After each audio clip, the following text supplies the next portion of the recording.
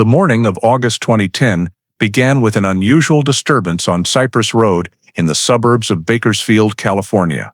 6 unmarked police cars quietly pulled up in front of a small wooden house nestled among dry bushes. Neighbors peered through curtains as tactical geared officers positioned themselves around the area, the faint crackle of radios cutting through the still air. Inside, Rusty Kramer, a 70-year-old reclusive former soldier who had lived in seclusion for years, was preparing his morning coffee, a habit he had maintained since his days at Fort Bliss base. A rapid knocking sounded at 6:47 a.m. Rusty Kramer, Texas State Police. "We have a warrant for your arrest in connection with the 1965 disappearance of Michael Carter." The officers later recounted that the old man's hand trembled slightly as he set down his coffee cup, but his face remained strangely calm, as if he had known this moment was coming. Before diving deeper into the story, don't forget to subscribe to the channel and hit the notification bell so you don't miss the latest cases. July 1965, El Paso, Texas, was immersed in the Independence Day atmosphere. The usually peaceful border city transformed into a brilliant strip of light amid the Franklin Desert, where bursts of fireworks exploded on the horizon and music from bars spilled out onto the main streets. Evening temperatures remained high, with dry winds and the scent of dust mixing with the smell of engine oil from vehicles passing along Highway 80. On the western edge of the city, along a sparsely traveled road, the small neon sign of the Sierra Motel flickered red, isolated in the vast expanse. Michael Carter, a 26-year-old businessman from Connecticut, was on his honeymoon road trip with his newlywed wife, Jennifer Hale. They had been married for 2 weeks, carrying light luggage and plans to drive cross-country to enjoy the first free-spirited journey of their married life. El Paso was just a short stop. The Sierra Motel had 12 rooms, pale yellow-painted walls, a small pool, and long palm shadows cast on the scorching concrete. In the afternoon, the couple checked in, dropped off their luggage, and went downtown for dinner. At a local beer joint near Fort Bliss base, they met a group of 4 young soldiers on leave. The conversation started with a casual drink invitation and quickly turned into a lively chat among strangers. Michael, with his open and talkative personality, fit right in with the young troops, while Jennifer smiled politely before leaving the table early, saying she would head back to prepare luggage for the next morning. The El Paso night was uncomfortably warm, with alcohol fumes, music, and desert winds blending into a hazy mix. When Michael didn't return to the room, Jennifer wasn't overly concerned. She thought her husband was just out for a walk or continuing the conversation with his new friends. But by dawn, she was still alone. The first light of day filtered through the curtains, the bed beside her empty, sheets flat and cold, Michael's jacket still hanging on the chair, his wristwatch on the nightstand. The room door was ajar, the inside lock not engaged, the hallway deserted. Jennifer searched the entire motel, asked the housekeeping staff, the front desk, and even went out to the front parking lot, where a row of dust-covered cars sat. No one had seen Michael since the previous evening. Her voice began to tremble, hands sweaty as she entered the motel's small office. After a few moments of hesitation, Jennifer picked up the lobby phone and dialed the El Paso Police Department, reporting that her husband had gone missing. The call was immediately transferred to the county sheriff's morning shift. The duty officer noted the woman's voice was overly panicked, logging the situation as urgent, out-of-state person missing overnight. A dispatch order went out, and Lieutenant Jim Ortega, in charge of the Franklin area, was sent to check the scene. It was a clear morning, early sunlight sweeping across the empty desert expanse and the dusty parking lot of the Sierra Motel. When Ortega arrived, the motel was still quiet, with only a few guests scattered in the hallway. He entered the small office where Jennifer was waiting, clutching the phone receiver, her face pale. Ortega introduced himself, pulled out his notebook, and began asking basic information: name, age, hometown, occupation, and the missing person's travel itinerary. Jennifer tried to answer amid her confusion, voice hoarse and sometimes breaking. Ortega recorded every detail, paying special attention to the light blue Ford Fairlane with Connecticut plates, that she said was still parked in the lot the night before. After completing the statement, he suggested inspecting the couple's room. The room was at the end of the row, door ajar, key still in the lock. Ortega stepped in, quickly surveying the scene. No signs of a struggle or forced entry. 2 suitcases remained by the bed, the husband's luggage intact, only missing his wallet and outer jacket. On the nightstand was a travel map, a few route notes, an unsigned motel receipt.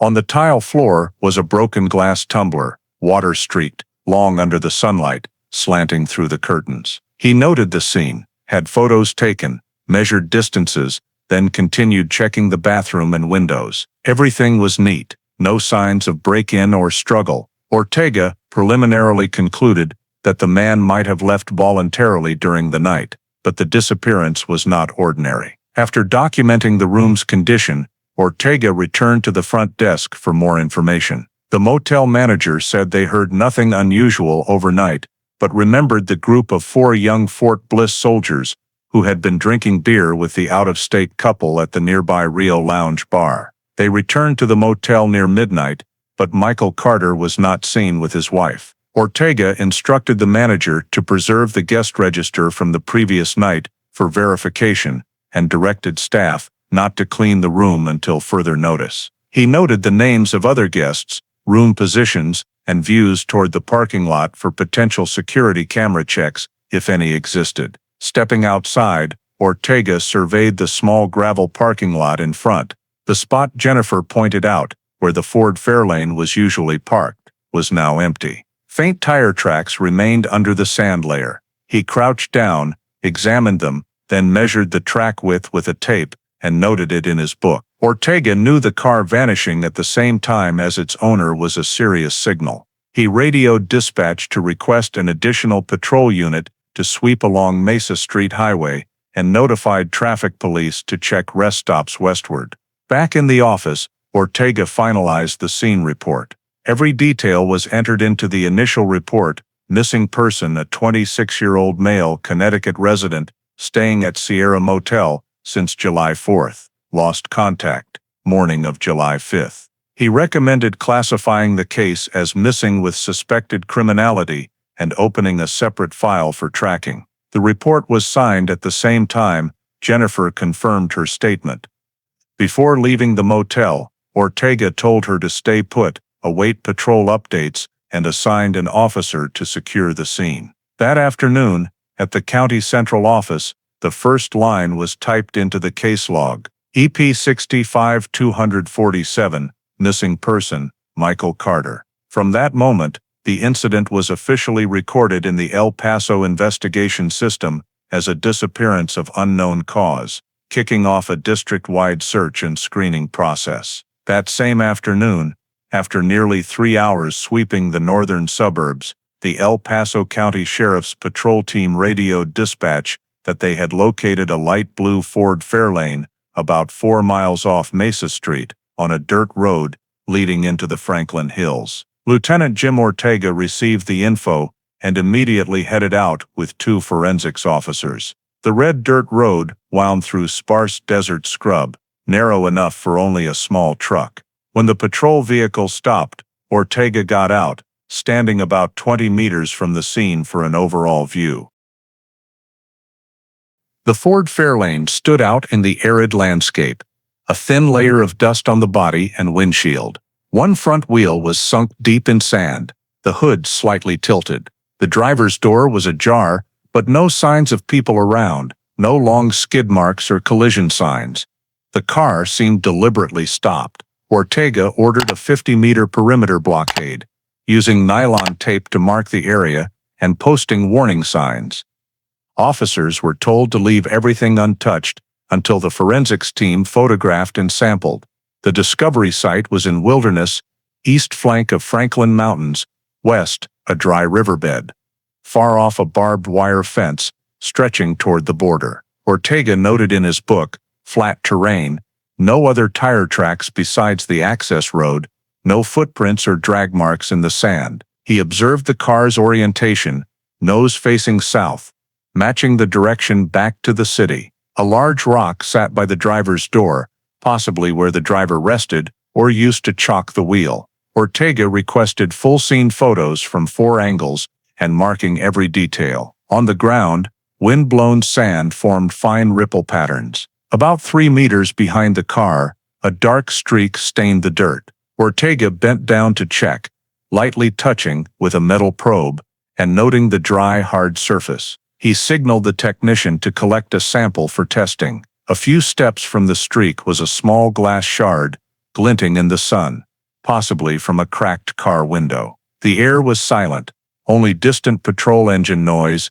and wind sweeping the desert. Ortega recorded weather: dry, no rain, light breeze, favorable for short-term trace preservation. Approaching closer, he saw the door ajar, but not fully locked. The metal handle had a thin dust layer, indicating parking for at least a few hours. Ortega requested close-up photos of the door, windows, wheels, and surroundings before touching anything. At the rear, the Connecticut plate was still clear. From this angle, the track from the main highway was visible, nearly 200 meters long, then abruptly stopping at the current spot. No abrupt braking or collision signs. Ortega noted, vehicle stopped naturally, not due to loss of control. While the forensics team measured distances and sketched a diagram, Ortega circled, eyeing anomalies. Near the passenger door was a small paper scrap, partially buried in sand, with fold marks. He carefully lifted it with tweezers into an evidence bag, later to determine if it was a flyer or note. Through the window into the cabin, no clear objects besides a few white papers and a small bag on the passenger seat. Ortega decided not to open the door until the full criminalistics team arrived. He radioed headquarters to report, confirming the vehicle matched the description, license plate matching the information provided by Jennifer Hale. The coordinates were recorded using a military topographic map for the official report. Ortega had wooden stakes placed at the 4 corners of the car, labeled Vehicle Evidence, Carter M., and drafted a temporary log noting the time, conditions, and personnel present. After completing the perimeter steps, he ordered a temporary canopy erected to shield the interior from direct sunlight, preserving the scene for the forensics team's detailed examination. By late afternoon, the scene was fully secured. The Ford Fairlane stood silent in the open terrain, surrounded only by dust, sand, and wind. Ortega closed his notebook, took one final look around, confirming no external tampering and no objects moved. All information on location, vehicle orientation, surface condition, and surroundings was sent to headquarters. The day's final report stated, Ford Fairlane, owned by Michael Carter, found abandoned, no driver, no collision signs. Scene preserved for forensic examination. The next morning, the El Paso Police Department's forensics team arrived at the scene under Lieutenant Jim Ortega's supervision.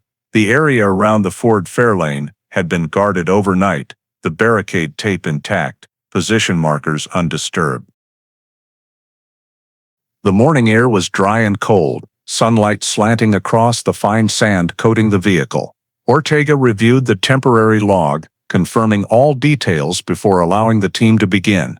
2 specialists opened the driver's door with rubber gloves, using a spare key provided by Jennifer Hale. The lock clicked softly.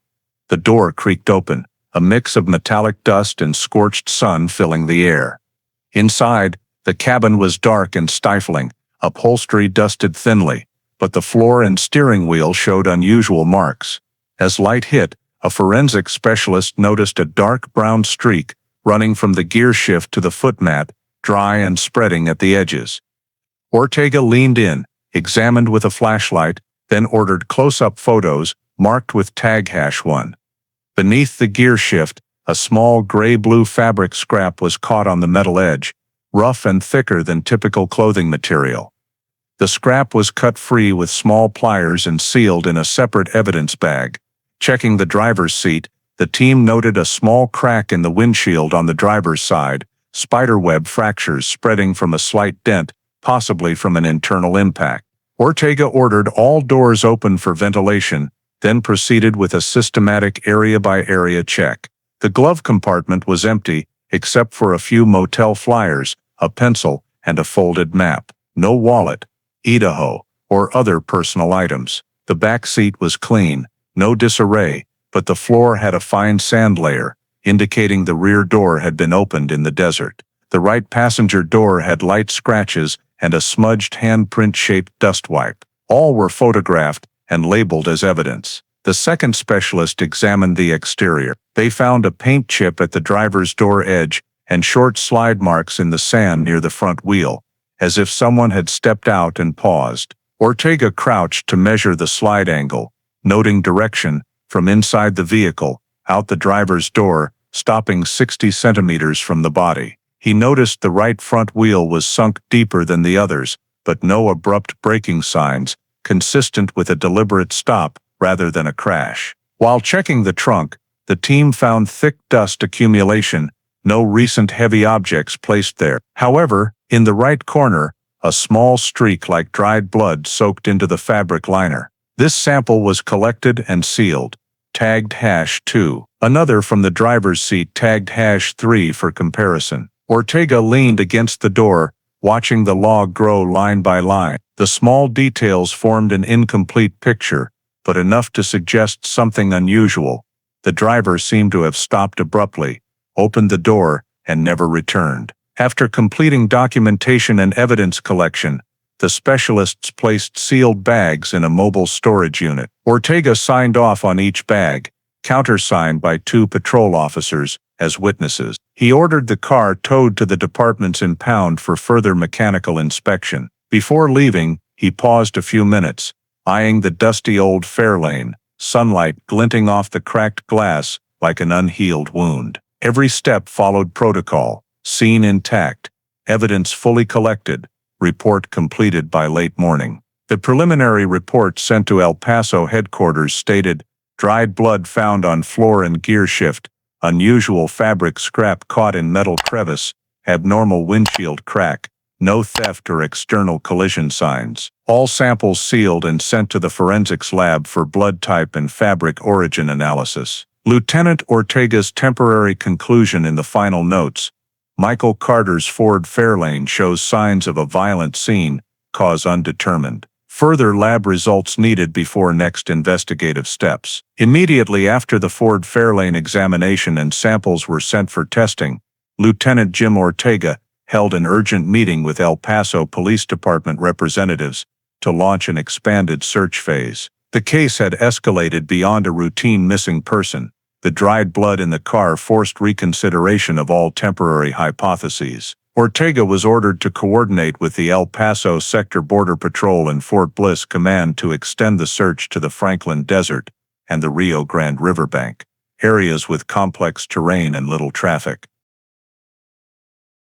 The next morning, a recovery truck, 2 police jeeps, and 3 Border Patrol off-road vehicles assembled at the dirt road access to the scene. Ortega took direct command. He spread a topographic map on a hood, using a red pen to outline a triangular search area, east to the Franklin Mountain slopes, west to the Rio Grande edge, south connecting to Mesa Street Highway. 30 personnel were divided into 4 teams, each responsible for over 3 square miles. Tracking dogs were brought in to follow scents from the victim's jacket and personal items provided by Jennifer. By mid-morning, temperatures rose quickly.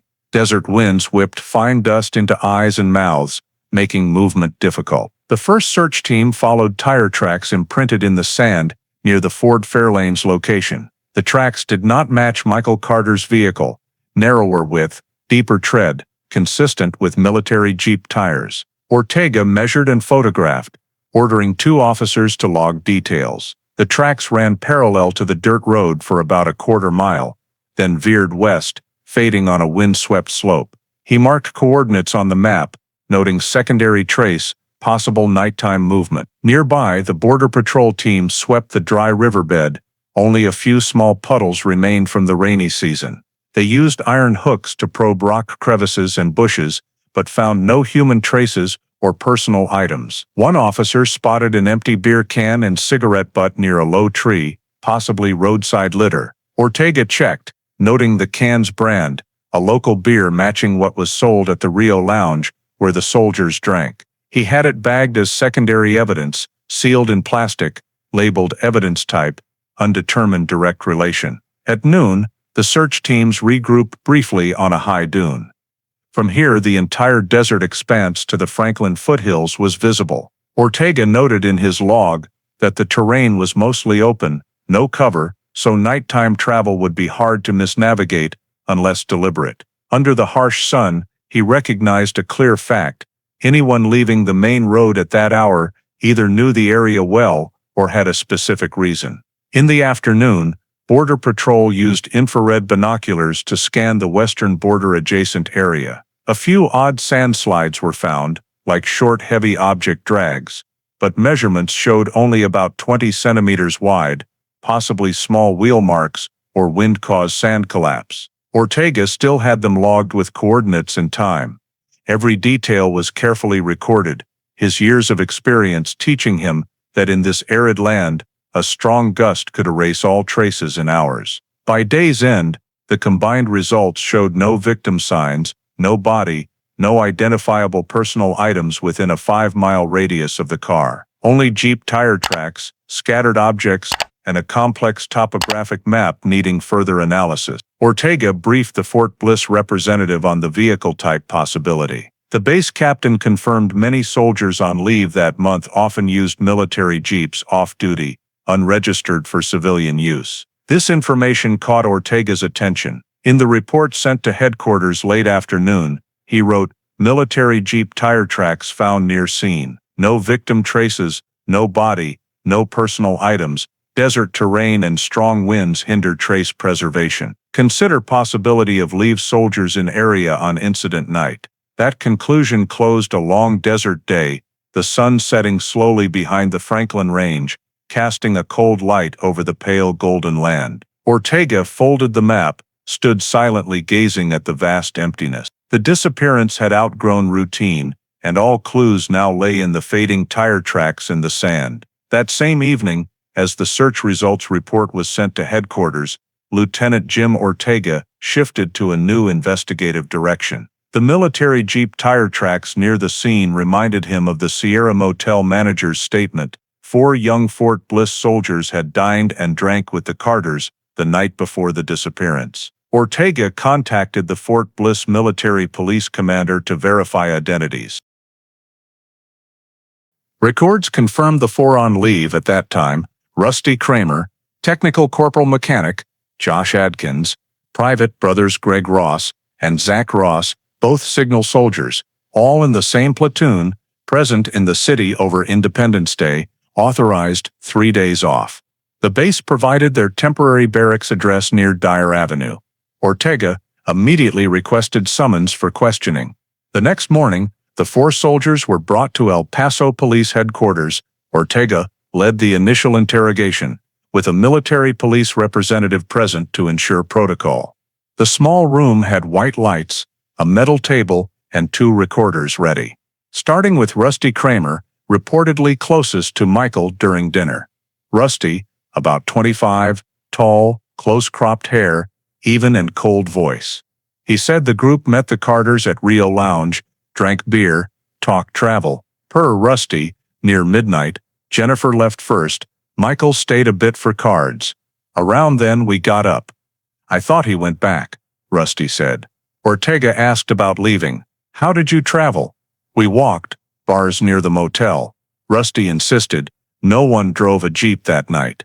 Ortega noted, does not match tire track evidence. Next was Josh Adkins, youngest, voice slightly shaky, recounting events. Josh said he left with Rusty, Greg and Zach. But Michael stayed talking to new acquaintances. When we got to the motel area, he wasn't there. Asked for exact departure time. Josh said around 12:30 or 1-ish, while Rusty earlier said before midnight. Ortega noted the clear discrepancy. He pressed for specifics, but Josh shook his head. I don't remember, it was loud, everyone drunk. The last 2, Greg and Zach Ross, questioned separately. Both gave similar accounts. They left as a group earlier, didn't know where Michael went. However, Greg said Michael stepped out to smoke with Rusty before the brothers left, while Zach insisted Rusty came back with us. When Ortega pointed out the contradiction, They said they might misremember due to heavy drinking. The military police rep sat expressionless. Ortega patiently logged every response, marking parts for cross-checking. The session lasted into the afternoon. When finally asked if anyone saw Michael Carter after leaving the bar, all four denied it. Ortega noted a key detail. None seemed surprised when asked about the victim's car. They all claimed no knowledge of the Ford Fairlane's disappearance or that police found it in the desert. Rusty remained unnervingly calm, prompting Ortega to closely observe his hands, calloused, short nails, a light scratch on the thumb. Asked about the injury, Rusty said it was from slipping a wrench in the shop a few days ago. At the session's end, Ortega had each sign their statements. He sensed the consistency across accounts was not coincidence, but preparation. All emphasized Michael left the bar, intoxicated, and might have wandered off, alone. Yet the timeline and sequence details completely contradicted. Rusty said the group left before midnight. Josh, near 1 a.m., Greg and Zach, they left earlier. But unclear when Rusty did. Ortega noted in the report, unusual alignment in main content, but inconsistent in minor details, possible prior coordination in statements. Before letting them leave the station, Ortega informed them that the investigation was still open, and they could be called back at any time. He observed how each person left the room. Rusty walked straight out without looking back. Josh bowed his head to avoid the officer's gaze. The two Ross brothers exchanged whispers as they stepped into the hallway. Ortega kept the recording, marking it in red ink, potential suspects, Fort Bliss Group. He knew he had no direct evidence yet, but his intuition told him there was a connection between this group and the remaining traces in the desert. At the end of the day, he gathered all the interrogation transcripts, military ID verification receipts, and the tire track analysis results from the scene, creating a new file, coded EP60-5247A, Fort Bliss Suspect Group. In the temporary conclusion section, Ortega wrote a short but firm line: 4 individuals were present with the victim on the night of the disappearance. Statements show formal consistency, but lack authenticity. Recommend additional surveillance and collection of related evidence. The disappearance of Michael Carter, from a missing tourist file, now officially had 4 names entering the suspect list. 3 days after completing the interrogations of the Fort Bliss military group, Lieutenant Jim Ortega received a notification from the El Paso Police Department's Forensic Technical Room. The samples collected from the Ford Fairlane had been processed and preliminarily analyzed. That morning, he went to the laboratory on the lower floor of the main headquarters, where 2 technicians were arranging test tubes and result records on a long table. The first report handed to him consisted of 3 parts: blood testing, fabric fibers, and shoe prints. Ortega read each item carefully, comparing it with the previously collected data in the victim's personal file. The first part confirmed that the blood samples taken from the car floor and the driver's seat mat were both O+, matching Michael Carter's blood type, determined from the medical records provided by his wife. Among them, 1 sample had a high red blood cell density, indicating fresh blood at the time of adhesion, while the sample in the trunk showed signs of having dried long ago, possibly due to heat absorption. Ortega noted in the margin, possibility of bleeding inside or near the vehicle, not a minor injury. However, the laboratory could not yet determine whose blood it was beyond group matching, as deeper analysis technology was not available. Nevertheless, this result was enough to eliminate the voluntary disappearance hypothesis that some had mentioned earlier. The second report concerned the gray-blue fabric piece found under the gear shift. The technician had examined it under a microscope, determining it was synthetic fiber material used in standard U.S. Army uniforms from the 1960-1965 period. The fiber sample had a tight weave structure, completely different from the cotton in the shirt Michael was wearing when he left the motel. Ortega immediately thought of the 4 military personnel who had been interrogated, all of whom wore uniforms or military pants when going out. Note in the report, fiber origin not yet identified to an individual, need to compare with military clothing samples. The fiber sample was resealed in a separate bag, numbered evidence 3B. The third part of the report discussed the shoe prints on the sand layer near the driver's door. After measuring the size, the technical room determined the print length was 30.5 centimeters, equivalent to European size 43. One size larger than the size 42 that Michael usually wore. The sole shape indicated a high ankle boot type with deep grooves, similar to standard military boots. Analysis of the soil stuck in the sole grooves showed it contained sand mixed with small shale fragments, exactly the geological type characteristic of the Fort Bliss area and the nearby training grounds. Ortega underlined a line in his notebook, "Matches military environment, not suitable for a tourist." When synthesizing the three results, the picture of the incident became clearer. Michael's car had blood matching his group, military uniform material appeared inside the car, and outside the car were shoe prints from someone wearing military boots. However, all three factors were only indirect. Ortega understood that, under federal law, this evidence was still not enough to prosecute criminally or detain suspects. He needed to prove a direct link between the physical evidence and a specific individual, something that the testing technology at that time was limited in doing. In the short afternoon meeting, Ortega presented the analysis results to the police department leadership. The superior officers required him to continue collecting supporting evidence, especially witness statements or any objects that could be compared with the fabric and shoe print samples. Ortega quietly nodded, noting the directive. To him, the data already spoke volumes.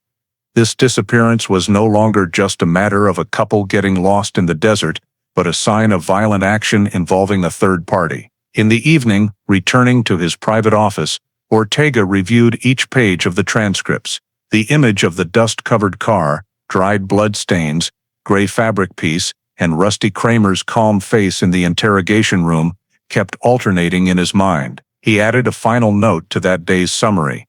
Initial physical evidence confirms violent action occurred. Traces do not belong to the victim. High possibility of involvement by others, most likely wearing military uniforms or related to Fort Bliss base. Currently insufficient criminal evidence to request an arrest warrant. The report was clipped together by Ortega, signed, and sent to the county prosecutor's office for filing. In the conclusion line, his handwriting slanted slightly but firmly, "Michael Carter disappearance. Signs of third-party intervention, need to continue verifying evidence origins. File status, open investigation, awaiting supplements." After receiving the analysis results from the technical room, Lieutenant Jim Ortega decided to return to the starting point of the case. The Rio Lounge Bar, where Michael Carter and the Fort Bliss soldiers had met on the evening of the disappearance. He believed that only the staff working there could provide additional details about the behavior and mood of the parties on that final night. That morning, Ortega and a young officer went to the Rio Lounge, the bar located on the edge of downtown El Paso, nestled under tamarind trees, with a faint red neon sign. Even though the bar was empty of customers during the day, the smell of old beer and cigarette smoke still clung heavily in the air. The manager, a middle-aged man named Alfredo Molina, greeted them cautiously. Ortega showed his badge and photos of Michael Carter. Alfredo nodded immediately. "Yes, I remember this guy. He came with his wife and a few young soldiers.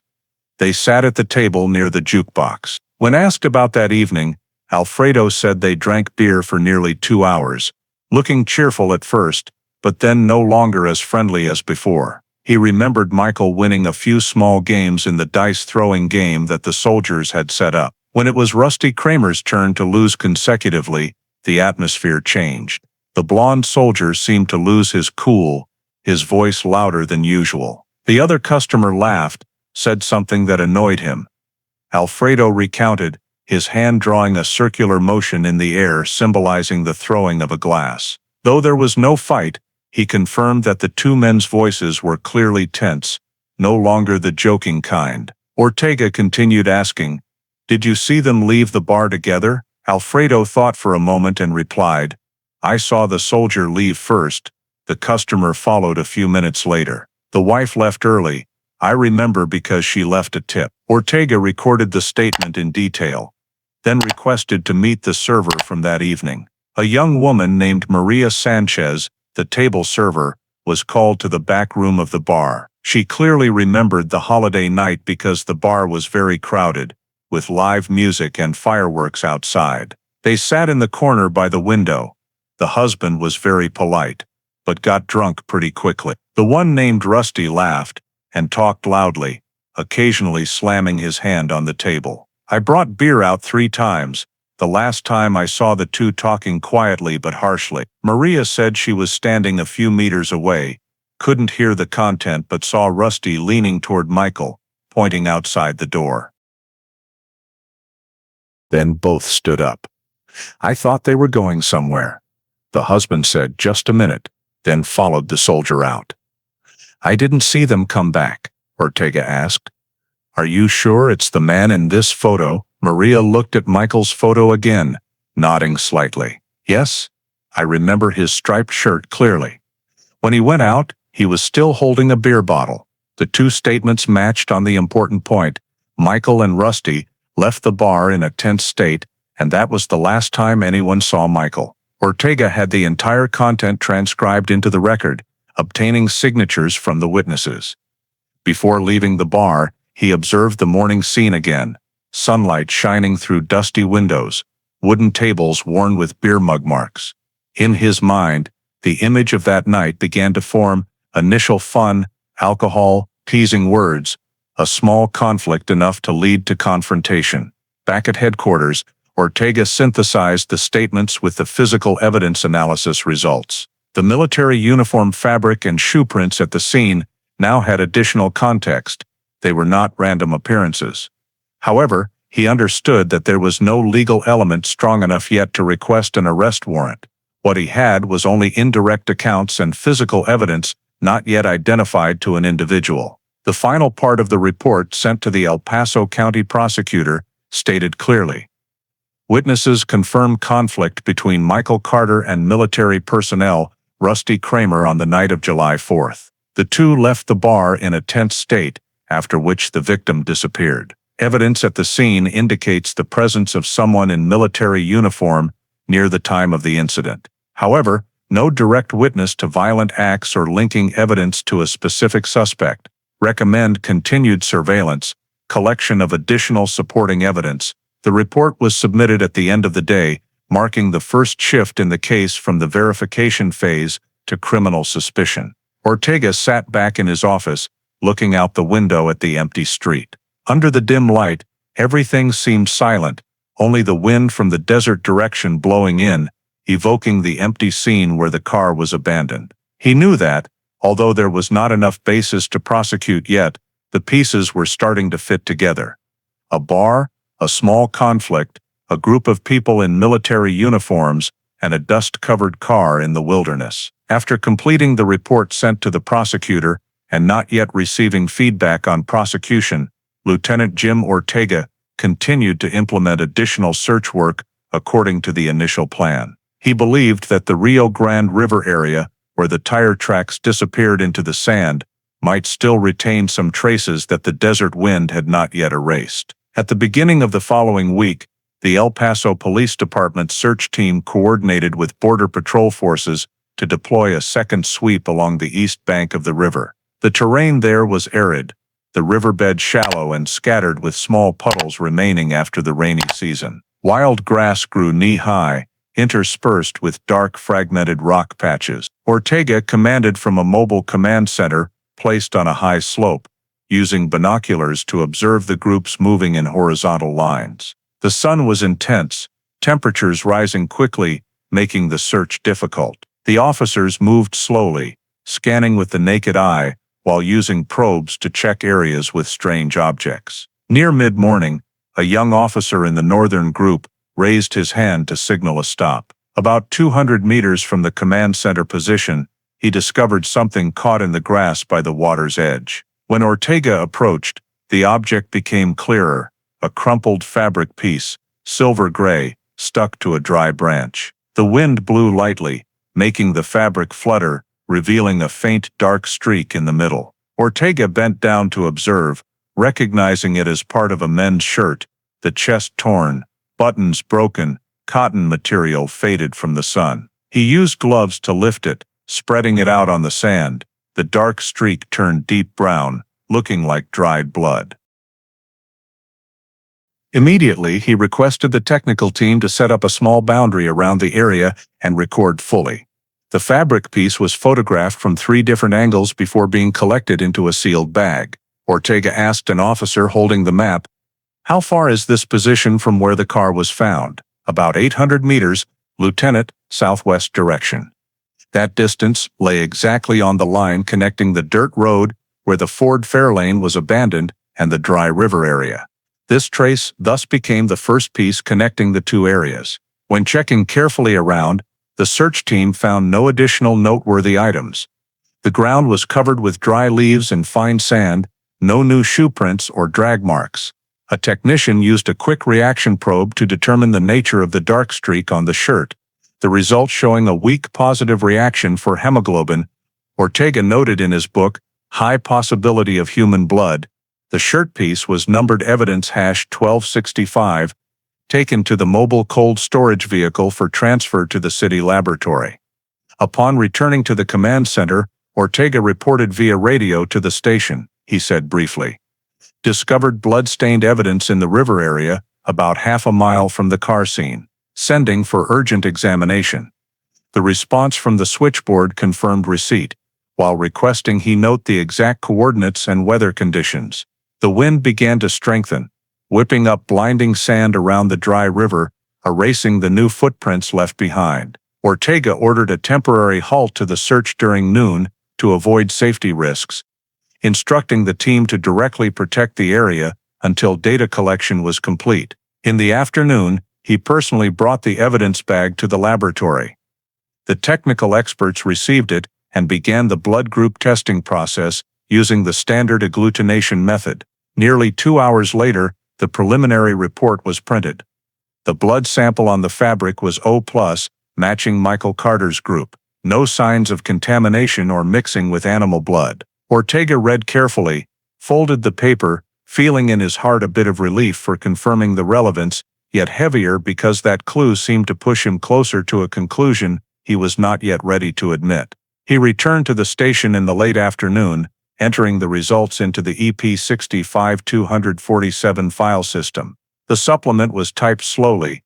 Discovered men's shirt piece stained with blood on the Rio Grande riverbank. Blood sample O+, matching victim's blood group. No body or additional evidence found within a 200-meter radius. Ortega added a final note, need to continue expanding search along the downstream direction to the south. As he left the office, the afternoon sunlight had softened, casting a long golden streak through the narrow window frame onto the floor. Ortega stood still for a moment, looking down at the map spread on the table, where 2 red dots, one marking the car's location, the other where the shirt piece was found, lay on the same straight line. Between those 2 points was the vast emptiness of the desert, where no one knew what had happened on the night of the disappearance. The case now had one more tangible piece of evidence, but still no answer to the biggest question, where was the missing man? In the weeks following the discovery of the blood-stained shirt piece, the investigation continued in silence. Search teams took turns sweeping along the Rio Grande riverbank throughout August and September,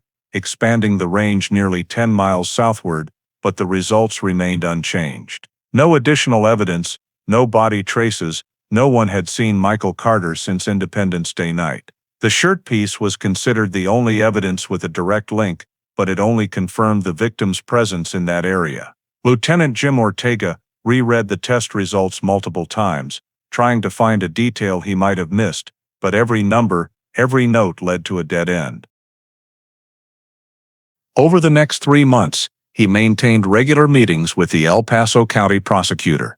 The prosecutor's office believed there were not enough criminal elements to request an indictment, as all collected evidence, though noteworthy, was indirect. The shoe prints, fabric fibers, blood, and shirt piece could not prove a crime without witnesses or a body. Ortega understood that, but he could not shake the feeling that something about the case was being concealed. He kept returning to the Sierra Motel, talking further with Jennifer Hale, the front desk staff, and those who had stayed there during the holiday, but no one provided new information. Some only vaguely remembered the young couple, the dinner, and then everything faded with time. In early October, the summary report was sent to the police department.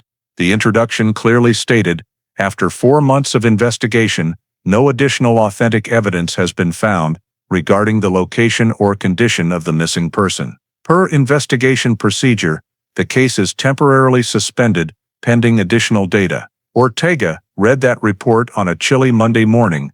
He signed in the confirmation box, but his hand hesitated slightly before the line.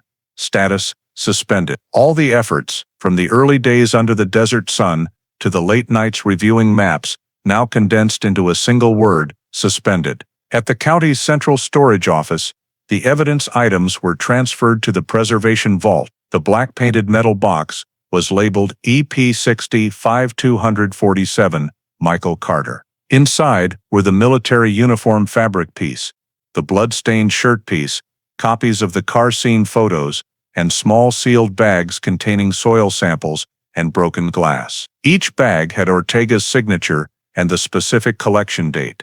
Everything was placed in locker number 42, third row on the right, alongside other disappearance cases from that decade. The storage room was cold, with dim fluorescent lights, a mix of old paper and metal smells. Ortega personally closed the locker door, locked it, hearing the light metal clink before complete silence. That same afternoon, he sent the final memorandum to the prosecutor's office, confirming the case was reclassified as missing person, foul play suspected. Missing suspected criminal elements. This allowed the file to remain in the open system, reactivatable if new evidence emerged. In his work log, Ortega wrote briefly, "No progress, no new witnesses," temporarily closing the file. As he set down the pen, the last rays of sunlight slanted through the window onto the page, highlighting the black ink lines. In the following days, life at the police department returned to normal rhythm. Officers moved on to handling new cases, and the name Michael Carter gradually disappeared from morning meetings. Ortega occasionally opened the file cabinet, looking at the sealed tin box, feeling a heavy sensation in his chest. He knew well that in a disappearance without a body, time was the greatest enemy. Just a few months passing, and every trace in the sand, every witness memory, would be erased. At the end of 1965, the El Paso County's internal summary report officially noted, "Victim not found, no suspects prosecuted." File EP65-247 archived long-term. In his personal notebook, Ortega added a small line outside the margin, "No body, no justice." Then he closed the notebook, leaving it on the table next to the faded map, where the 2 red dots still marked the car and the shirt piece, 2 solitary points in the vast unsolved land. In early 1966, when the quarterly report was completed, the Michael Carter disappearance file was officially transferred to long-term storage. All case evidence was gathered one gloomy morning at the Forensic Technical Office. Lieutenant Jim Ortega was present for the final check. On the metal table, the sealed bags were arranged neatly. Military uniform fabric piece, blood-stained shirt piece, soil samples from the scene, broken glass pieces, the glass cup taken from the motel room, photos of the Ford Fairlane scene, and 2 Polaroid pictures seized during the investigation. Images of the Fort Bliss soldiers group taken with the victim on the evening before the disappearance. Each evidence item was numbered, with clear collection date and responsible person. Ortega signed under the storage handover section before transferring the entire file to the county's central vault. The storage room was in the administrative building's basement, with thick iron doors and damp cold air. Rows of file cabinets stretched out, each compartment numbered sequentially and categorized by year. The Carter case evidence box was placed in compartment E17, above older files, below minor unresolved cases. On the outside of the box was the label, EP65-247, missing person, along with Ortega's signature and the red forensic seal. In the handover report, he noted briefly, "All evidence in intact condition, fully sealed. No further examination requests." Administratively, All interrogation transcripts, scene diagrams, blood group test reports, and correspondence with the prosecutor were reorganized into 3 thick hardbound volumes, brown covers tied with string. Ortega personally handed them to the storage department, where the receiver signed and noted the date in the logbook. Once procedures were complete, a summary copy of the case was entered into the El Paso County Police Department's paperwork system, stamped, closed, pending new evidence. Time passed, and the storage room continued to receive new cases regularly, gradually pushing the Carter file deeper into the cabinet rows. Ortega occasionally visited, especially at year-end when he was in charge of reviewing unresolved cases. Each time he opened the heavy iron door, the smell of damp paper and rusted metal wafted out, reminding him of the case's early days. He often stood quietly before compartment E17, his finger lightly touching the fading label, then silently closing it. To him, it was not just an administrative file, but an unfinished memory. But new work and time gradually distanced everything. Ortega was reassigned to head the Property Investigation Unit, then promoted to captain a few years later. By the time he retired in the early 1970s, the Carter file remained untouched in its place. The 1974 inventory report noted, "Evidence condition good, no reopening requests." That line was then copied verbatim in subsequent years' records, like a repeated administrative ritual. Over many decades, the Michael Carter disappearance existed only on paper, a small line in the list of unsolved files. The storage room remained quiet, the iron cabinets gathering dust, file labels fading with time. No new witnesses, no additional examination orders, no update reports added. Everything stopped at 1966, as if time had frozen with the red seal on the evidence box. By the late 1980s, when the El Paso Police Department switched to electronic storage systems, the paper file EP-65-247 was entered into the cold case, pre-1970 category, with the note, "Body not discovered." No suspects prosecuted, status long-term storage. And from then on, for over 40 years, no one reopened that metal box. It lay silent in compartment E17, among hundreds of forgotten cases, leaving only numbers and cold lines on the cover.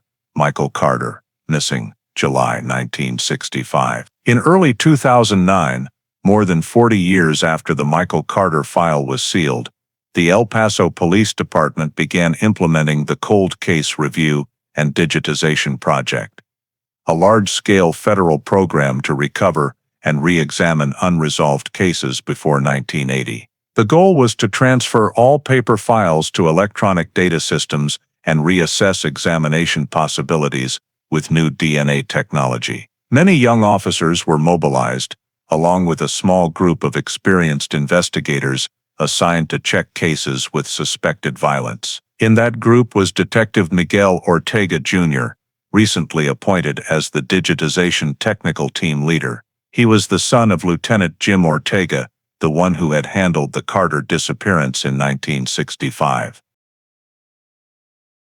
Miguel had heard about this case since childhood. On weekend evenings, his father often told old colleagues that it was the only file that kept him from resting easy when he hung up his gun. When his father passed away, Miguel kept the old notebook with the scrawled words, EP-65-247. No body, no justice. So, when he received the review assignment list and saw the name Michael Carter, he froze. Partly by coincidence, partly by an unnamed sense of debt, he decided to personally re-examine the file. The El Paso County storage vault had been renovated by then, with iron file cabinets rearranged in rows, coded by year. Compartment E17, where the Carter evidence was stored, remained in place. Miguel signed the entry log, received the preservation key, and put on rubber gloves before opening the cabinet. As the metal door swung open, the smell of old paper and damp dust wafted out like the breath of another era.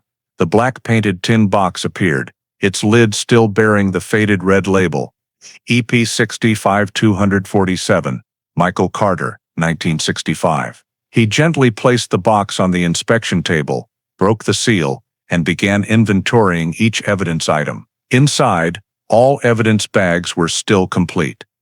Military uniform fabric piece, blood-stained shirt piece, broken glass pieces, glass cup, and the stack of Polaroid photos. The old plastic bags had yellowed, but the seals and his father's signature remained clear. Miguel felt a moment of emotion seeing the familiar handwriting of the deceased.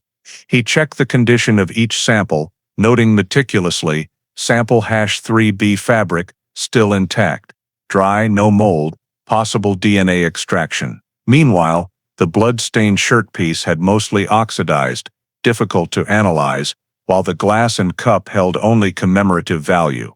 He repackaged everything, preliminarily assessing preservation levels for each evidence item according to the program's new scale. In the internal report, Miguel wrote, Sample 3B, synthetic fabric fiber, collected from victim Carter's vehicle, well preserved, suitable for DNA testing via modern epithelial cell scanning technique. Recommend sending to Texas DPS Central Laboratory for analysis. The proposal was signed and sent to the Project Oversight Office that same day. That afternoon, returning to his office, Miguel opened the newly installed electronic data system. He scanned his father's paper file copies, tagged information, entered dates, scene coordinates, suspect and witness lists, along with accompanying evidence. The status line on the screen clearly showed EP 65247, reopened for DNA review. Below, the responsible person's name was automatically updated. DIT, Miguel Ortega. Jr. Sitting before the screen, Miguel looked up through the office glass, where afternoon sunlight poured in. He knew that over 40 years ago, his father had stood in the same spot, signing the temporary closure order with an unfinished feeling. Now he was reopening that very case, not just out of professional duty, but also because of a connection between two generations. He added a small line at the end of the inspection record, evidence still suitable for testing, proceed per 2009 cold case protocol. Then he closed the file, resealed the tin box, placed it in the transport tray, preparing to send it to the examination lab. In the quiet light of the storage room, the old label reflected a faint golden glow, like a reminder that some cases, though buried by time, were never truly closed. The evidence box coded EP 65247 was transferred from El Paso to the Texas Department of Public Safety's Central Laboratory in late February 2009. At that time, the DNA analysis program for cold cases was being rolled out statewide, and the Carter case was prioritized due to the rare good preservation of the fabric sample. The technical experts received sample #3B, the gray-blue synthetic fiber piece, collected from the gear shift of the 1965 Ford Fairlane, and began the epithelial cell DNA extraction process. The entire procedure was strictly supervised, with each step documented via electronic records and the lead examiner's confirming signature. After 3 weeks, preliminary results were sent back to the El Paso Police Department. The report stated clearly, 2 distinct DNA sources detected on fabric sample 3B. One matches the reference DNA profile of victim Michael Carter, the other belongs to an unidentified male individual. This far exceeded the investigation team's initial expectations. Detective Miguel Ortega Jr. immediately requested expanded analysis to compare the second DNA source with the state's criminal database.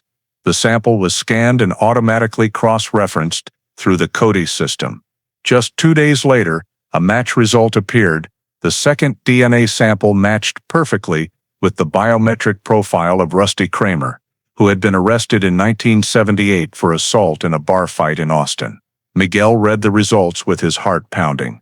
The line "Match found," subject Kramer, Rusty A. DOB, July 15, 1940, glowed clearly on the screen, accompanied by an error probability of 1 in 1.2 billion. In that moment, 44 years of stalled investigation were suddenly connected by a cold but absolute string of DNA characters. He printed the full report, signed it, then called his superior to report the discovery. "We have direct biological evidence." On the other end of the line, the cold case project supervisor said briefly, "Secure all data and prepare the file for reactivation." The next day, a meeting was held at El Paso PD headquarters.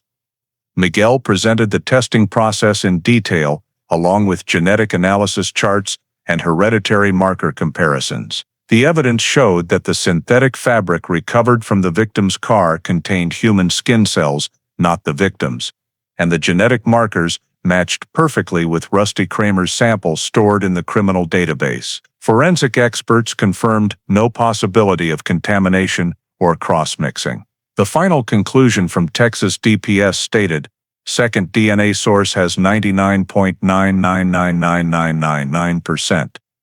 Reliability. Original sample well preserved, lawfully collected, can be considered direct evidence of Kramer's presence at the scene." Copies of the results were attached to the electronic file. In the management system, the status line automatically changed from closed pending new evidence to reopened active investigation. It was the first time in over 4 decades that case code EP 65247 reappeared on the list of active investigations. Miguel sat quietly before the screen, watching the new data light up, his heart heavy. He thought of his father, of the scrawled lines in the old notebook, "No body, no justice." Now biological evidence had broken through that silence. Immediately after the update, Miguel sent a summary report to the El Paso County Prosecutor's Office, attaching copies of the Texas DPS testing records. The cold case prosecutor confirmed receipt and requested a full review of the original file and lists of related witnesses and suspects. In her response, she wrote, "New DNA results establish a direct link between suspect Rusty Kramer and the Carter disappearance scene. Proceed with reactivating the investigation per protocol." That afternoon, Miguel returned to the storage vault, reopening compartment E17, where the evidence box still sat in its original spot. He placed a copy of the DNA results on top of the box, affixing a new label, "Evidence Revalidated. DNA confirmed 2009. Each line on the new label reflected the dim light of the storage room, marking the revival of a case thought to have sunk into oblivion. That same evening, after completing administrative procedures, Miguel printed the official notification, Case EP 65247, reopened for active investigation. He signed it, stamped the time 1847, March 17, 2009. In the final note section, he added a small handwritten line, "For the first time, we have real evidence speaking to what my father always believed." From then on, in the El Paso Police Department's internal system, the Carter file status officially changed to active reinvestigation. The final update in that day's electronic log read clearly, "DNA match between victim and suspect confirmed by Texas DPS. Rusty Kramer identified as person of interest." And after 44 years of being forgotten, the Michael Carter disappearance once again returned to the investigators' desks, carrying new hope of uncovering the truth buried for nearly half a century. After the Texas DPS DNA results were confirmed and the Carter case file was officially reactivated, Detective Miguel Ortega Jr. shifted the investigation toward re-verifying the identities and current statuses of the military group listed in the 1965 file. The old records clearly named 4 individuals, Rusty Kramer, Josh Adkins, and brothers Greg and Zach Ross.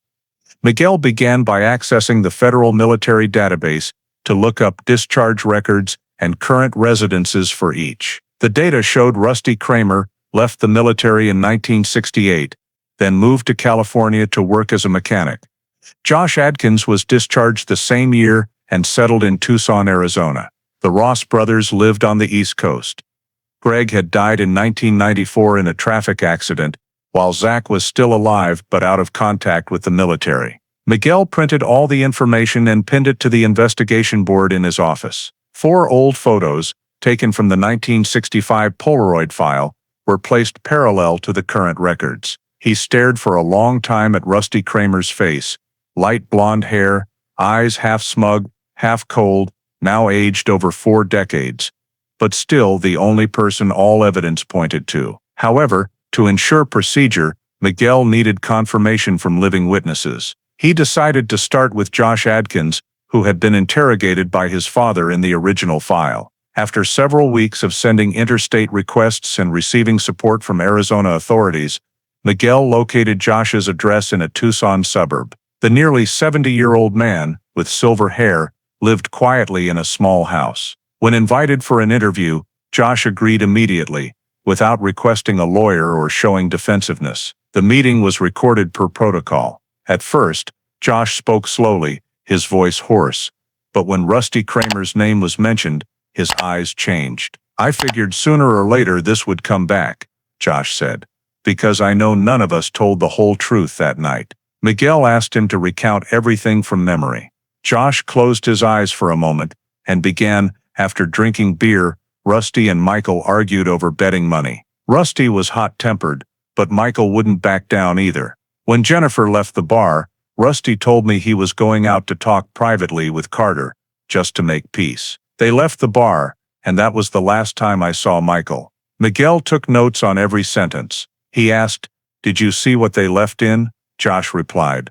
Rusty had a Willys Jeep, old military type. He used it to drive the whole group around during leave. I remember clearly because the Jeep was silver gray, no top. This detail caught Miguel's special attention. He recalled that in the 1965 original file, Lieutenant Ortega had noted military Jeep tire tracks near where the Ford Fairlane was found. When Miguel showed Josh a copy of the scene photo, the man nodded, "Yes, this tire pattern." Rusty was the only one with that type. Josh continued that the next morning, upon hearing Michael was missing, the group agreed to give matching statements to avoid trouble. "We were young, stupid, and scared of getting involved." Rusty said to just claim Michael was drunk and wandered off somewhere. "I didn't think he meant to kill anyone, but I knew he lied." When asked why he hadn't told the truth before, Josh just shook his head. "Back then no one believed a young soldier. Plus I was afraid of Rusty." When the interview ended, Miguel thanked him and requested Josh sign the statement confirmation.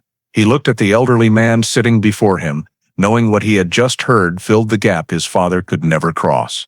Josh's account not only matched details in the original file, but also aligned perfectly with the new evidence, the military uniform fabric and Jeep tire tracks. Miguel immediately prepared the record, sending a copy of the statement to the county prosecutor's office. Regarding Rusty Kramer, civilian data showed he was living in Bakersfield, California, under his real name, with no serious criminal record beyond the 1978 assault. Miguel requested the legal department send subpoenas to verify residence information and old vehicle records. Just 1 week later, a response from the Army Archives confirmed Rusty Kramer had registered ownership of a 1943 Willys MB Jeep, purchased from the Fort Bliss Surplus Depot in May 1965, exactly 2 months before Michael Carter's disappearance. The chassis number in the paperwork matched the tire type description noted by police in the 1965 scene report. Miguel printed the document, underlining the line, "Vehicle Jeep Willys MB, used purchased Fort Bliss, 1965. When synthesizing all the data, Miguel had 3 complete pieces: DNA match between Rusty Kramer and the sample from the victim's car, Josh Adkins' statement confirming Rusty was the last person with Michael Carter, and military data proving Rusty owned the vehicle matching the scene tire tracks. All were compiled by him into a new file titled EP 65247R, Reinvestigation Summary, April 2009. That night, Miguel sat alone in his office, looking at an old photo of his father in 1965, holding the Franklin Desert map. On the desk, the new report was nearly 100 pages thick.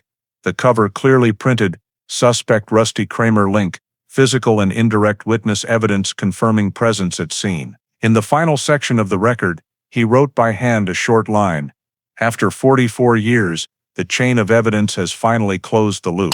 All traces lead to one person. After completing witness verification and recollecting military data, Detective Miguel Ortega Jr. continued reviewing all remaining evidence in storage to find any additional details that could strengthen the link between Rusty Kramer and the disappearance. While re-examining the file box, he paid special attention to the 2 Polaroid photos listed in the 1965 records, images of the Fort Bliss soldiers and Michael Carter at the Rio Lounge Bar on the night before the disappearance. The photos were faded, edges slightly curled from heat, surfaces lightly scratched, but still bearing original forensic marking seals. Miguel realized that at the time, technology only allowed manual printing and developing, so all copies used in the file were based on single-wash processes. He decided to send the 2 Polaroids to the Texas DPS Image Restoration Lab for scanning and recovery using modern digitization technology. The restoration process took nearly 2 weeks. Technicians used high-resolution scanning systems to recreate the full color range while enhancing dim dark areas invisible to the naked eye. When the results were sent back to El Paso, Miguel opened the data file on his screen, and what he saw made him pause for a long time. In the first photo, the group of 4 soldiers and Michael Carter sat around a beer table, with a dark curtain and dim lights in the background. But in the restored scan, in the lower right corner, a faint image area appeared that was completely invisible in the original print. When contrast was increased, the outlines became clearer. A person lying on their side close to the floor, upper body turned toward the lens, wearing a light-colored shirt with thin horizontal stripes. This detail matched astonishingly with the clothing description of Michael in the disappearance file, the blue striped shirt his wife had confirmed. Miguel sent the image to an independent forensic lab for authentication. Results showed the area was not a light phenomenon or film error, but a real detail blurred due to low exposure, possibly obscured or cropped during 1965 copy printing. The technical report stated, "Restored image area shows a person lying or crouched low, head and shoulders clear, not a repeat effect. Colors and reflections consistent with real environmental objects." This meant that in the original hand-developed Polaroid, someone had adjusted the frame or cropped the background before filing. Miguel cross-referenced his father's original report and realized in the 1965 photo description there was no line mentioning person lying in the background, only the note group photo of 4 military personnel and victim taken together at Rio Lounge. He printed the restored photo on specialty paper, enlarged 3 times the original size. Under office lighting, the image became clearer. Behind the seated group of 4, a section of dark floor emerged in detail. The shadowy figure lay on their side, one arm extended, light-colored shirt visible under dim lights. Miguel used a ruler to measure proportional distances between the person and the table, determining the position was only about 1 meter from the main group, in a corner out of the photographer's direct view. He noted that if the photographer tilted the camera or redeveloped the film with high cropping, this section would vanish completely. This explained why the background was not mentioned in the old file. To determine origin, Miguel requested chemical analysis of the photo ink and received confirmation. The Polaroid in his possession was a first-generation original, never reprinted. Therefore, cropping or editing likely occurred during later duplication when the photo was reprinted for the prosecutor in 1966. The file did not record who performed it. Miguel flipped to the receipt section and saw the person responsible for storing copies at the time was a technician long retired. Though direct sourcing was impossible, the image evidence still held great value. The restored photo contained new details never in the initial investigation report. Miguel added the restored photo to the electronic file, coding it Exhibit P12. In the description he wrote, "Background detail shows shadowy figure lying close to floor, clothing consistent with victim Carter's description." This image absent from original 1965 file copies, indicating possible removal during initial printing. He attached 3 comparison photos, the 1965 stored original, the 2009 scan, and the full-color restored version. Under magnification, the new frame exuded a chilling feeling, the silent presence of someone who may have collapsed amid the fun. That afternoon, when submitting the image report to the prosecutor's office, Miguel lingered in the hallway. He understood that Polaroid was not just a document, but a memory accidentally buried for over 40 years. Now, with technology's help, the truth in the frame had been revived. A man in a light shirt, lying below table level, right in the seemingly harmless scene of an ordinary evening. In the report's conclusion, Miguel wrote, "Restored Polaroid photo reveals details absent from 1965 file. Analysis results indicate possible cropping or editing during initial printing. New image holds evidentiary value proving victim's presence in an abnormal state at time of capture." That final line was carefully typed, closing a long workday and opening a new investigative direction from old photos long thought worthless. After the Polaroid restoration results were confirmed and added to the file, Detective Miguel Ortega Jr. met with the Texas Rangers Special Investigation Team to plan a scene reconstruction of the disappearance. Having DNA evidence, witness statements, and image proof, authorities decided on a crucial step: re-sweeping the entire area where the Ford Fairlane was discovered in 1965. The goal was to determine if the victim's body could have been buried nearby. The terrain had changed over 4 decades, but old files and El Paso County military topographic maps remained, sufficient to sketch the original state. Miguel and the Texas Rangers technical team conducted the first survey in June 2009. They brought copies of the 1965 hand-drawn map, overlaying it on modern satellite images to re-establish coordinates. The dirt road where the car was abandoned had nearly been swallowed by sand layers and desert brush, but the Franklin Mountain Ridge outline remained intact. When measured by GPS, the position in the old report deviated no more than 200 meters from current coordinates. The group decided to center the survey there, establishing a 500-meter radius around it, beginning the scene reconstruction plan. On the morning of June 12, the Texas Rangers convoy arrived at the site. The El Paso sky was blindingly blue, hot wind whipping across the sand. A mobile command post was set up right beside where the car had been found. Miguel spread his father's old map on a folding table. The red pencil outlines from years ago were still faint but clear. He used a ruler to compare each terrain curve with satellite photos, then circled 3 areas with the most diggable geology and least change: a low sand depression near a dry creek, a low mound cut by an old trail, and a hollow between 2 basalt rocks. The ground-penetrating radar team began deploying equipment. Small rectangular antenna panels were pulled on sleds across the sand. Each scan displayed returning wave patterns on the screen. Miguel and the lead engineer stood watching, noting anomalies. In the first 2 hours, the wave lines were smooth, reflecting only natural rock and compressed soil layers. But on the third scan, about 70 meters southwest of the old car position, the screen showed a thick, curved reflection area, shaped differently from surrounding strata. The GPR engineer stopped, adjusted frequency, and rescanned. The anomalous wave still appeared, nearly 2 meters long, about 80 centimeters wide, 1.5 meters deep, dimensions matching a small burial pit.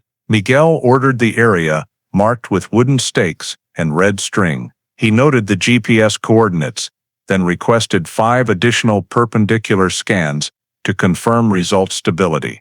The engineer concluded, "Beneath the soil is a disturbed structure. Reflections indicate hard and soft objects mixed, likely bone or small metal." The whole team fell silent for a few seconds. Miguel bent down to look at the cracked ground, a chill running down his spine. 44 years earlier, his father had stood in this area, just tens of meters away, but no technology could see through the thick sand. Now, thanks to radar, the past was gradually emerging. That afternoon, they checked nearby areas to rule out rock reflection hypotheses. Results confirmed that subsidence zone was the only one with anomalous signals in the entire survey range. The Texas Rangers team leader agreed with Miguel's assessment that it was the highest probability point. A small wooden sign was planted at the center, reading Site A, Potential Burial Area. The GPR data, scene photos, GPS maps, and measurement records were compiled into a separate 60-plus page file. That same evening, at the El Paso Police Department office, Miguel drafted a report to the county prosecutor's office. In the conclusion, he wrote, "Ground-penetrating radar results identify a geologically disturbed area at coordinates 31°47, N, 106°30, W. Within the original 1965 Carter scene radius. This zone has size and structure consistent with a human burial pit. Recommend requesting an excavation warrant for verification." The report was submitted that night, attaching all maps, satellite photos, and Texas Rangers examination records. 2 days later, Miguel was invited to present before the El Paso district judge. In the small courtroom, he projected images from the radar, gray reflected wave lines curving on a black background, explaining each technical parameter, depth, and margin of error. The judge listened, reviewed the accompanying file with prior DNA results and witness statements, then asked, "Do you have grounds to believe this is the burial site of the victim?" Miguel replied briefly but firmly, "Your Honor, all geological data and location match perfectly with the vehicle seen, with witness statements about the direction of movement. This is the only remaining possibility." The meeting ended in silence. That afternoon, upon returning to headquarters, Miguel received a fax notification from the court office. The official excavation permit was signed and stamped, allowing proceedings within the limits designated by the Texas Rangers. He held the order, reading the first line over and over. Court authorization. Excavation of Site A EP 65-247 investigation. Outside, the desert wind blew fiercely through the glass window frame, carrying the smell of dry earth and hot dust, the scent of the very land that had swallowed the truth for nearly half a century. Miguel placed the order on the desk, drew a red line in his notebook. Prepare excavation, subsidence area Site A. And at that moment, he knew the journey to find answers for the 1965 disappearance case was about to enter its most decisive phase. 3 days after the excavation order was signed, Site A on the Franklin Desert Slope officially became the first forensic scene in El Paso County's cold case program. Early on the morning of June 22, 2009, the convoy of Texas Rangers specialized vehicles, the Texas State Forensic Team, and the El Paso Police Department lined up on the dirt road leading to the excavation area. Detective Miguel Ortega Jr. was there from early, holding a large format radar map printout along with a copy of his father's 1965 case file. He stood quietly for a few minutes, looking around the barren sandy land where the wind still blew in hot gusts, then ordered the work to begin. The area was cordoned off with yellow nylon tape, a 15-meter radius centered on the previously recorded abnormal geological reflection point. 2 tents were set up, one as the command station, one to shade the excavation area. Forensic technicians in white protective suits, wearing masks and rubber gloves, began scraping off the top sand layer with small trowels. Every action was filmed, every depth marker photographed and documented.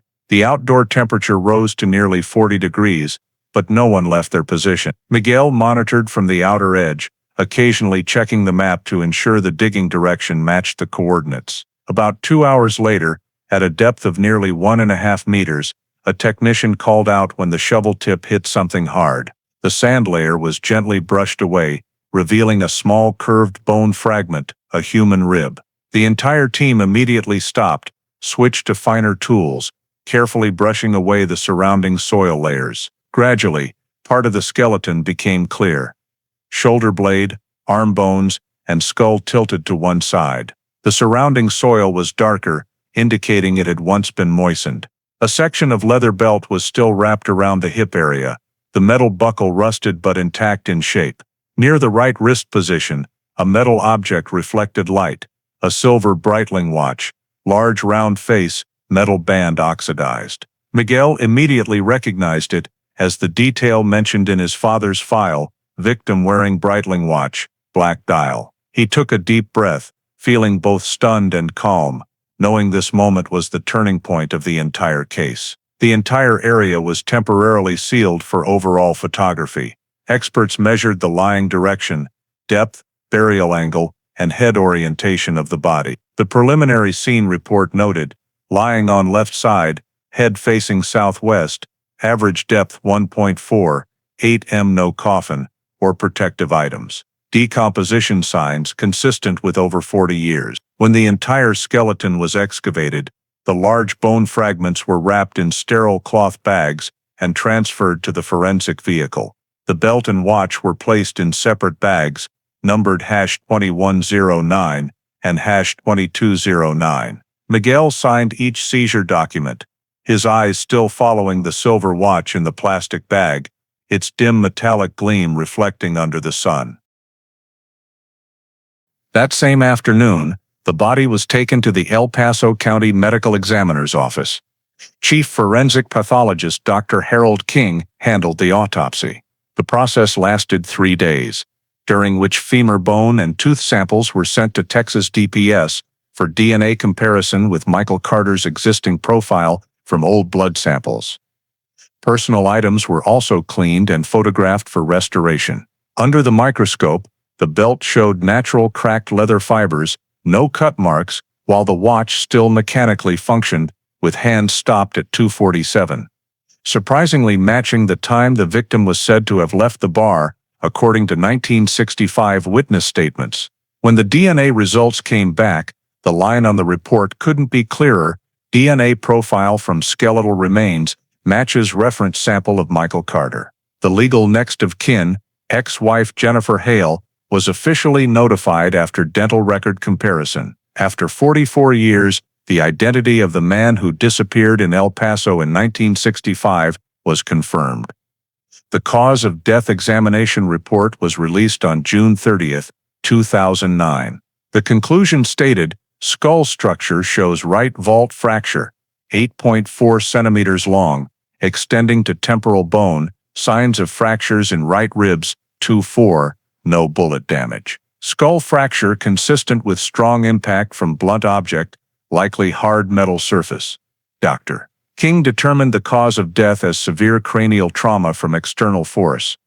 No evidence indicated the victim was alive when buried, suggesting death occurred before or at the moment of burial. Miguel read the report in his office, the neon light reflecting on the paper like old sunlight on the desert. He folded the report, wrote in the investigation log, excavation complete, victim body identified as Michael Carter. Cause of death, cranial trauma from hard object. Physical evidence, Breitling watch, belt, burial position matches 1965 scene. Status, verify suspect Rusty Kramer. That line closed 44 years of searching by 2 generations, while opening the final door to the truth, buried in the sand for nearly half a century. Nearly a year after Michael Carter's body was confirmed, the investigation file coded EP 65247 had all the legal elements to proceed to the final step. DNA evidence matching Rusty Kramer, Josh Adkins' witness statement, excavated physical evidence, and autopsy report formed a solid chain of proof. On July 20, 2010, the El Paso County Prosecutor's Office signed a federal arrest warrant for Rusty Kramer on charges of first-degree premeditated murder. Detective Miguel Ortega Jr., the lead on the case, coordinated with U.S. Marshals and the California Investigation Bureau to execute the arrest plan in Bakersfield, where Rusty was living. According to residency records, Rusty Kramer was then 70 years old, living alone in a small wooden house in southern Bakersfield suburbs. Neighbors described him as reclusive, working freelance farm machinery repair, often drinking in the afternoons, and occasionally mentoring local youth. In the days before the arrest, the task force secretly surveilled, confirming his routine and ensuring no weapons in the house. Early on the morning of August 8, 2010, while it was still not fully light, the 6-person tactical team approached the house. Miguel accompanied 2 Marshals agents in command position. The loudspeaker blared, "Mr. Rusty Kramer, this is the United States Federal Police. Please open the door, you are under arrest by Texas State Court order." After a few seconds of silence, the wooden door cracked open. A silver-haired gaunt man in an old flannel shirt stepped out. Flashlight beams shone on the aged but still rugged face. Miguel stepped forward, clearly reading the arrest warrant, stating the charges and suspect's rights. Rusty did not resist, just looked around and said softly, "Nearly half a century, and finally you guys came." That statement silenced the team for a moment. After being handcuffed and searched, he was taken to the agent vehicle. In his shirt pocket, police seized an old metal lighter engraved Fort Bliss 1964, the only memento he carried. At Bakersfield Police Headquarters, identification procedures and Miranda rights reading were fully conducted. When asked if he wanted to say anything, Rusty only replied, "I'll talk in Texas." In the record, he appeared calm, neither denying nor admitting. After completion, the marshals announced extradition plans to Texas within 48 hours per federal procedure. Miguel signed receipt of the file, simultaneously contacting the El Paso County Prosecutor's Office to confirm suspect transfer. The special flight, carrying Rusty Kramer, departed Los Angeles Airport on the morning of August 10th. He sat in the middle row, hands cuffed, flanked by two agents. Miguel sat opposite, holding the over 400-page file, the entire investigation process from 1965 to 2010. In the moment, looking out the plane window, he felt the boundary between past and present narrowing, the very place where his father had failed to uncover the truth. Now his son was completing the unfinished part. When the plane landed in El Paso, the afternoon sky turned pale orange. Local media had received information from the prosecutor's office and gathered outside the airport, but all activities were kept confidential. The police convoy escorted the suspect out of the area and straight to the county jail. Rusty sat quietly throughout the ride, eyes directed at the window. A reporter captured the only photo, the silver-haired man bowing his head in the vehicle, face half lit, half dark, under flashing lights. At the jail, Rusty was handed over to Texas police, fingerprinted, and officially photographed. The new identification noted, height 1.82 m, weight 86 kilograms, 3 centimeters scar on back of left hand. Notably, that scar matched the 1965 file note. Rusty once had a thumb scratch, explained as from slipping wrench in shop. Miguel reread the document, feeling time closing a full circle. That same evening, he held a quick meeting with the prosecutor representative and investigation team. A 30-day detention order was approved by the El Paso District Court, pending preliminary hearing. In the official report, Miguel wrote, August 8, 2010. Rusty A. Kramer arrested in Bakersfield, California. Arrest warrant based on matching DNA results, witness statement from Josh Adkins, and physical evidence from excavation site. Suspect safely extradited to Texas on afternoon of August 10, 2010. Status: detained awaiting interrogation. As everyone left the room, Miguel stayed alone. He opened the file, looked at the old photo of Rusty in military uniform, young figure, confident eyes, then at today's new photo, aged, haggard face, deep-set eyes. Between the two photos was 45 years, but also the distance between action and consequence. He closed the file, added the final line to his log. Carter case. Prime suspect arrested after 45 years. Justice begins to take shape. Outside, the Texas night was quiet.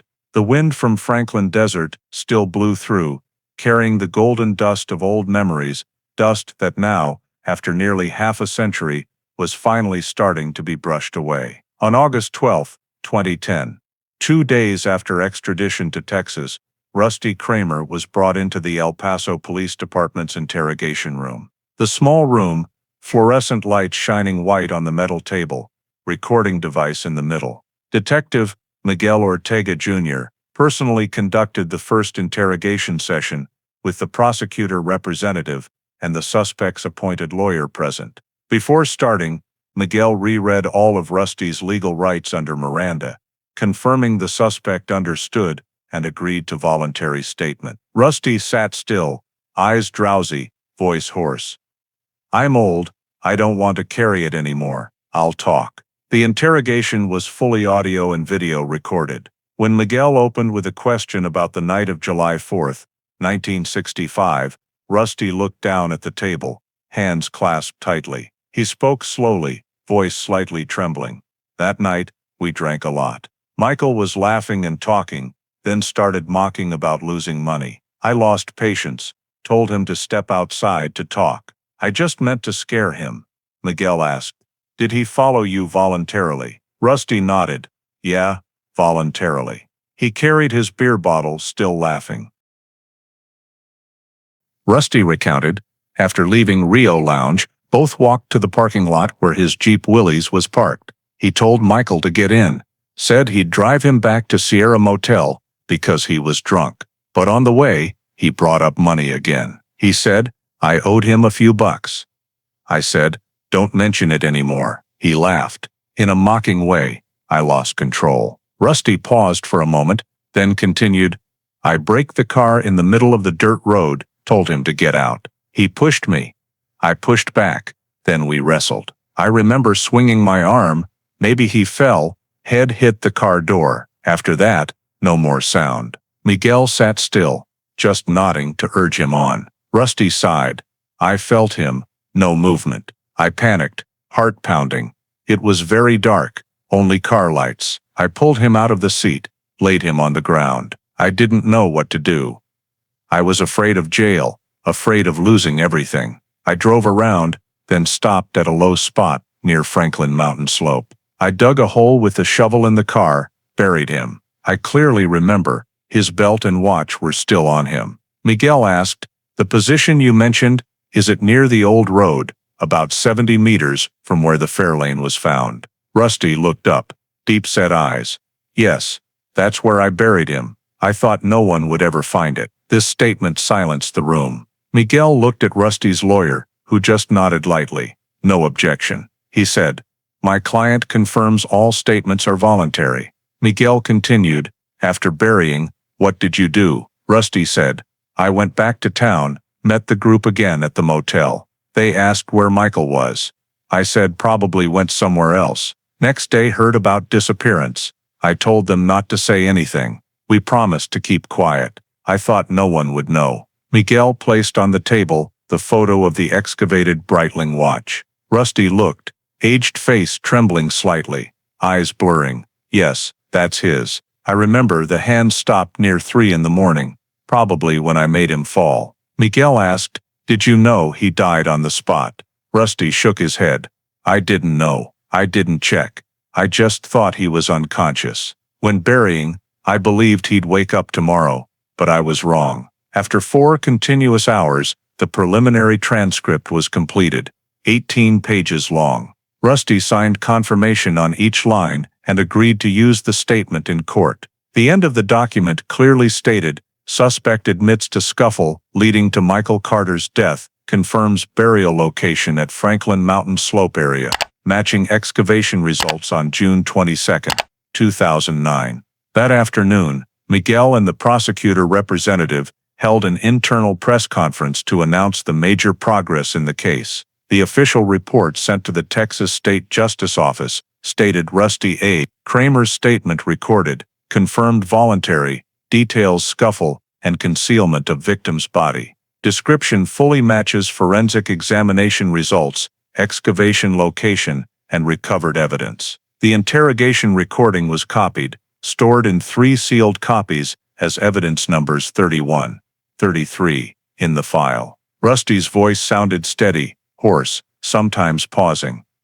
I didn't mean to kill him, I just wanted to scare. But things got out of hand. That sentence became the key excerpt in the prosecution file, proof of violent act, leading to death, and intentional concealment. When the interrogation ended, Rusty was taken back to solitary cell. On the way he said to Miguel, voice tired but calm, I guess your father was the first to search that place, right? Miguel stopped, looked at him. Yes, he came, but without technology to see what you did. Rusty nodded slightly, then turned away, shoulders hunched, as if bearing the weight of time itself. That night, Miguel sat back in the office, replayed the recording, listening to each sigh of the man who had evaded for nearly half a century. The sound slightly noisy, Rusty's voice echoing in the dark. That night, no wind, but when I finished burying, the sand kept pouring down like the desert itself wanted to cover it. Miguel turned off the machine, opened his notebook, wrote the day's final line. August 2010, Rusty Kramer confesses to scuffle and body concealment. Location matches scene. Statement legal, becomes primary evidence in case. Outside, the Franklin desert wind still blew over the old hills. After 45 years, the place that once swallowed a life now only held cold confessions. The final piece connecting past and present, closing half a century of silence with 3 simple but heavy words: I did it. In November 2010, after more than 4 months of detention and file preparation, the El Paso County Court officially opened the trial of the state of Texas versus Rusty A. Kramer. Accused of causing Michael Carter's death in 1965 and intentionally concealing the body. This was a trial of special interest to local media, marking the oldest case in county history brought to trial after more than 45 years. On the opening morning, dozens of reporters crowded in front of the old courthouse on Campbell Avenue. Detective Miguel Ortega Jr., who led the cold case investigation, was there early. Holding the thick file he still called My Father's Legacy. The large second-floor courtroom was packed. Rusty Kramer appeared in orange prison jumpsuit, gaunt face, snow-white hair. When Judge Elizabeth Harper read the indictment, he just nodded slightly. The charges were clearly stated: manslaughter and concealing criminal evidence. The prosecutor was Linda Morales, head of the county's Special Crimes Division, who had followed the case since file reopening. She began with a short but powerful opening statement. After 45 years, evidence not erased by time. Science has given voice to the dead, and justice, though late, is still justice. The trial lasted 7 days. The first evidence presented by the prosecution was the DNA examination results provided by Texas DPS. On the screen, gene charts appeared with 2 fully matching bands, one from victim Michael Carter, one from defendant Rusty Kramer. The forensic expert explained the process clearly. Fabric sample from victim's vehicle contains human epithelial cells. Gene sequence fully matches Kramer's DNA sample. Error probability, 1 in 1.2 billion. In the gallery, the atmosphere was dead silent. Rusty sat still, hands clasped on the table, eyes vacant. On the second day, the prosecution presented visual evidence, restored Polaroid photos. The photo was projected on the large screen for the entire room to see clearly. In the dim light of Rio Lounge Bar, a group of 4 soldiers sat laughing, and in the right corner, the silhouette of a person lying on the floor, an image no one in 1965 had ever seen. The photo restoration expert confirmed, this area is not exposure error. It's real detail, cut off in the first reprint. The clothing of the person in the background matches the victim's shirt description in the file. That statement caused a stir in the courtroom. An accidental photo captured in the moment before tragedy now became undeniable visual proof. On the third day, the prosecution played the audio recording of Rusty Kramer's confession. The sound was slightly noisy, but his voice was clear and hoarse. I didn't mean to kill him, just pushed him once. Then he fell and hit his head on the car door. I buried him so no one would find him. Some of Michael Carter's relatives present in the courtroom couldn't hold back their tears. Jennifer Hale, the ex-wife now over 70, sat in the back row, clutching her daughter's hand. The child born a few months after her father disappeared. When Rusty's voice rose, she bowed her head, tears falling silently. The defense attorney, Mr. Gerald Donovan, did not deny the confession or DNA results, but focused on arguing that Michael Carter's death was the consequence of an unintentional drunken brawl. He emphasized, my client was only 25 at the time, carried no weapon, had no plan to kill. His actions were impulsive in a drunken state. The prosecution countered by pointing out the subsequent chain of actions, burying the body, erasing traces, and maintaining silence for nearly half a century. Prosecutor Morales said, an accident might be forgivable, but concealment and silence lasting 45 years is a crime. On the 5th day, Detective Miguel Ortega Jr. was called as a witness. He presented the reinvestigation process, from discovering usable DNA samples to excavating the body and arresting Rusty Kramer. When the prosecutor asked why he pursued this case, Miguel simply replied, "Because my father never forgot the man who disappeared in the Franklin Desert." The answer left many in the courtroom silent for a long while. By the sixth day, both sides concluded arguments. The 12-member jury was asked to consider two charges: manslaughter and concealing evidence. After nearly 8 hours of deliberation, on the morning of November 19, 2010, they returned to the courtroom. The jury four-person read the verdict. "We, the jury, find the defendant Rusty A. Kramer guilty of manslaughter and concealing criminal evidence." In the gallery, Jennifer Hale raised her hand to her mouth, while Miguel bowed his head, eyes closed. Rusty remained motionless, only nodding slightly upon hearing the verdict. The sentencing hearing took place that same afternoon. Judge Harper read the sentence firmly. Based on the evidence presented and the defendant's voluntary confession, the court sentences Rusty A. Kramer to 25 years imprisonment at the Texas State Correctional Facility, with no parole for the first 15 years. The act of concealing the victim's body for nearly half a century is a contempt for justice that the court cannot overlook. After reading, she looked directly at Rusty. "You have lived too long in silence. Now justice has spoken." As police escorted the defendant out of the courtroom, Rusty turned back to look at Miguel. In that gaze was no longer defiance, only weariness and acceptance. Miguel said nothing, responding only with a calm look. Outside, the El Paso afternoon light poured down the courthouse steps, golden like the Franklin Desert in late summer. The press reported that evening, 1965 cold case closed. Rusty Kramer sentenced to 25 years. The El Paso Times ran the headline, "Justice Does Not Forget, 45-year-old disappearance case closed." In the final internal report sent to the Texas Rangers, Miguel wrote, "Trial concluded. Defendant Rusty A. Kramer held criminally responsible for Michael Carter's death. Key evidence, DNA, restored Polaroid photo, confession. File status, solved, convicted." That night, upon returning to the office, Miguel took from the drawer his father's old notebook, where the faded line still read, "No body, no justice." He turned to a new page, writing in firm strokes, "Body found, justice served." Then closed the notebook, looking out the window where city lights twinkled like desert sand. The light of a case finally answered, after half a century of silence. The 1965 El Paso case is not just a crime story solved after nearly half a century, but also a profound reflection of the enduring values of modern American society: faith in justice, the power of science, and the importance of collective memory. For 45 years, Michael Carter's death seemed buried with the Franklin Desert sand.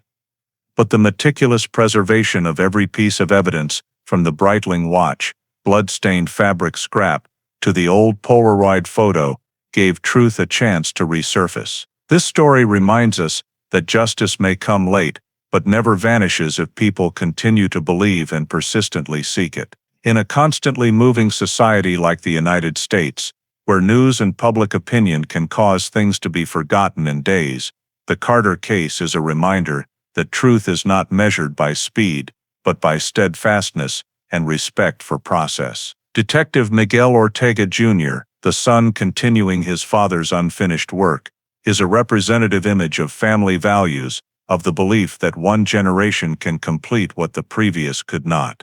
DNA science, photo restoration technology, and digitized records prove that progress only truly matters when used to restore dignity to the deceased. In today's life, every American can draw this lesson: do not hastily assume time will cover all mistakes, and do not think small acts, like preserving information, respecting truth, or courageously speaking the right thing, are meaningless. Because sometimes, those very small details become the foundation for justice to be reborn, even if it takes half a century to find the light. If you believe that justice, though late, is still worth protecting, as in the 1965 El Paso case, please hit subscribe to join us in continuing the journey to explore cases seemingly forgotten by time. Thank you for watching, and see you in the next video, where old mysteries will once again be illuminated by truth.